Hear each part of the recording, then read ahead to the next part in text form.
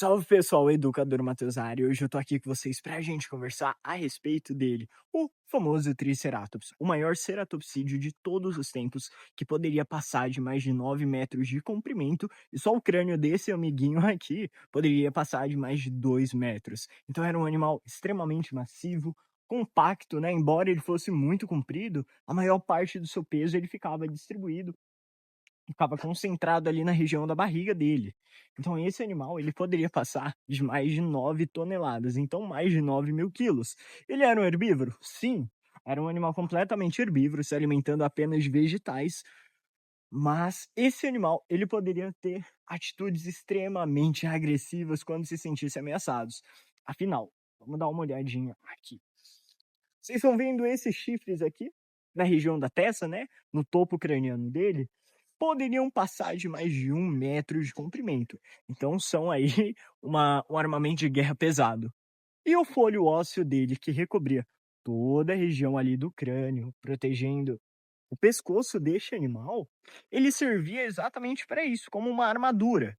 Quando um carnívoro maior do que ele tentasse atacar, ele não conseguiria chegar no, no seu pescoço de forma rápida. Então era um animal extremamente protegido. E além disso, ele era adornado com um pequeno chifre nasal aqui, que é menos representado na espécie tipo Horridus, que esse gênero, né, Triceratops é um gênero que ocorria lá na América do Norte, e é distribuído entre duas espécies, Triceratops horridus, que possuem uma diferença um pouco mais clara nos chifres, o topo craniano dele, que são mais alongados e retos, 100% voltados aqui para frente, e o seu chifre nasal, ele é bem menor e mais compacto, bem pequenininho ali, enquanto que Prorsus, ele vai ter seus chifres aqui da testa um pouco menores e recurvados para cima, então com uma leve curvinha.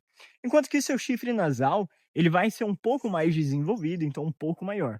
Este exemplar aqui, baseado em um Triceratops horridus. Ambos vão possuir as mesmas características que são o quê? O folho ósseo, cobrindo ali a região do pescoço, o seu folho ósseo protegendo ali a região do pescoço, vão possuir um bico que ajuda muito ele durante a sua... Poderia ajudar, né? Não ajuda porque esse animal não está mais vivo. Então poderia ajudar muito durante a sua alimentação, mas no interior de sua boca ele possuía sim dentes. Então esse é um dos tipos de herbívoros que eles possuíam dentes muito bem especializados. E algo que se discute na comunidade é que, vamos até mostrar ali uma outra espécie de ceratopsídeo, mais basal, que viveu há mais de 100 milhões de anos, onde hoje é o deserto da Mongólia, compartilhando espaço com o famoso Velociraptor mongoliensis, né? Aquele famoso dinossauro enorme, que na verdade é desse tamanho aqui, você está mostrando. Então, esse animal que poderia parecer grande, vou até abaixar aqui pra gente, poderia parecer grande, esse carinha aqui, ele não passava de mais de 50 centímetros de altura. Então seria mais ou menos aí do tamanho de uma galinha, um galo, por exemplo. Mas quem interessa mesmo pra gente é Protoceratops, um animal que pertence à mesma família, os ceratopsídeos, que viveu onde hoje é o deserto da Mongólia. E esse animal, ele era um parente mais basal de Triceratops e ele possuía algumas características muito muito evidentes e que foram preservadas em um nível muito bom, que são picnofibras na sua cauda. Então, aqui representadas assim, que são o quê? Picnofibras, filamentos que se formam ali na cauda deste animal, poderiam servir por diversos fatores, seja display sexual, disputa, então, N fatores. Em Triceratops, isso não foi encontrado, mas a gente supõe que essa é uma característica que existia em populações basais, em populações que já estavam bem estabelecidas. A ausência da presença não justifica que aquele animal ele não tinha aquilo. Então, por exemplo, aqui na região da cauda deste animal, nessa representação, ele tem essas fibras, esses filamentos, para representar o quê? Essa característica ancestral que ele possuía, que a família possuía, certo? Então esse carinha aqui, ele possui diversas adaptações para uma herbivoria e lembrando, né, pessoal, Cretáceo era a época do Tyrannosaurus Rex, por exemplo. Então, um herbívoro que queria só pastar em paz, ele precisaria nem pastar porque naquela época não existia grama. Então, fun fact, a grama como a gente conhece, ela só foi surgir possivelmente ao finalzinho do Cretáceo ou então pós a extinção Cretaceous-Paleogene. Então, a grama como a gente conhece não existiam, esses animais eles não passavam, se alimentavam ali de arbustos, outras coisas, mas de gramínea não. Esse animal aqui, mesmo que ele quisesse ficar ali comendo só a sua plantinha, seria muito, muito complicado se ele não tivesse uma ampla proteção. Porque se a gente for reparar, os carnívoros, eles evoluem junto. Carnívoros, herbívoros e a própria vegetação, eles vão evoluir em conjunto para que aconteça o quê? Então, estou aqui me deslocando para a gente chegar até a representação do próprio Tyrannosaurus Rex. Agora eu vou cortar aqui, chega lá para vocês.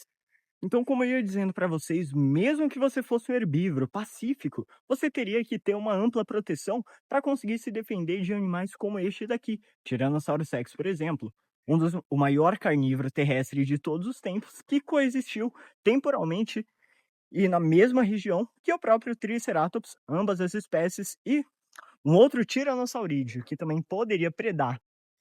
Existe a hipótese de que poderia predar Triceratops e outros ceratopsídeos, seriam o próprio Nanotyrannos, que foi recentemente validado e trazido aí também com 2 espécies.